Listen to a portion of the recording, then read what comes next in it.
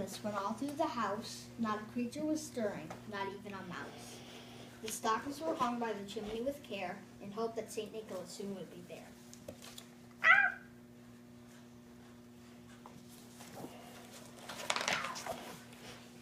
The children were nestled, all snug in their beds, while visions of sugar plums danced in their heads. And Mama in her kerchief and I in my cap had just settled down for a long winter's nap.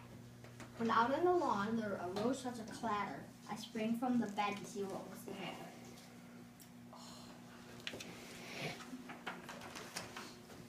Away to the window I flew like a flash, tore open the shutters and threw up the sash. The moon on the breast of the new-fallen snow gave luster of midday to objects below.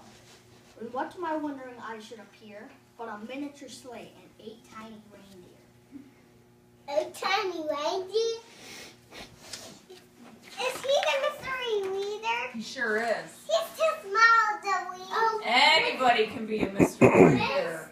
Mrs. Best, we forgot to close I can read good. Oh, geez Louise, we're having a very wacky day. Let's sit quiet and listen to the story. With a little old driver so lively and quick, I knew in a moment it must be St. Nick. More rapid than eagles, his coursers they came, and he whistled and shouted and called them by name.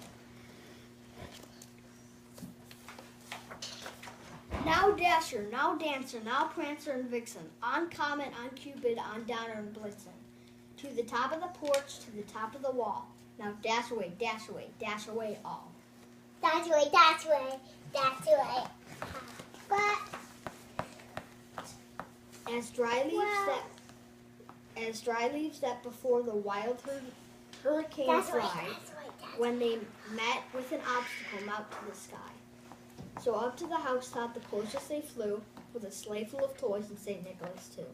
And then in a twinkling I heard on the roof the prancing and pawing of Pete's little feet. Oh, sorry.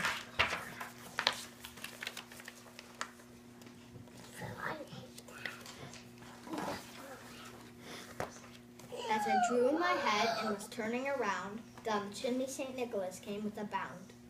He was dressed all in fur from his head to his foot, and his clothes were all tarnished with ashes and soot.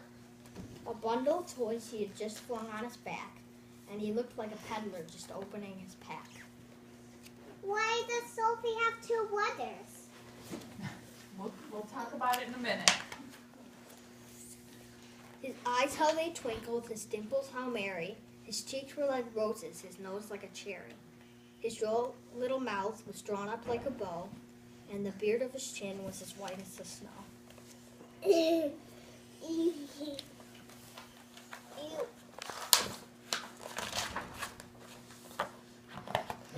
The stump of a pipe he held tight in his teeth, and the smoke it encircled his head like a wreath. He had a broad face and a little round belly that shook when he laughed like a bowl full of jelly. Oh.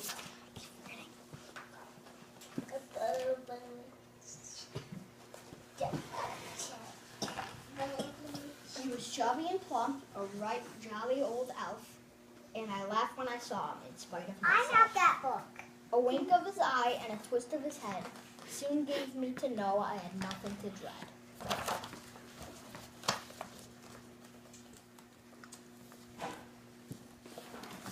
He's not a candle petting the cat. He spoke not a word, but went straight to his work, and filled all the stockings, then turned with a jerk, and laying his finger aside of his nose, and giving a nod up the chimney he rose. Santa! He sprang to his sleigh, to his team gave a whistle, and away they all flew like a down of a thistle. But I heard him exclaim, as he drove out of sight, Merry Christmas to all, and to all a good night. Thank you! Thank you! To you! Oh, look at that. There he goes. Nice All job. right, friends. What do we say to Matty? Thank you. That was great, Matty. And what a nice story. We love listening to these Christmas stories. That was great. That's a classic. I'm sure you've all heard it before. Thanks very much, Matty.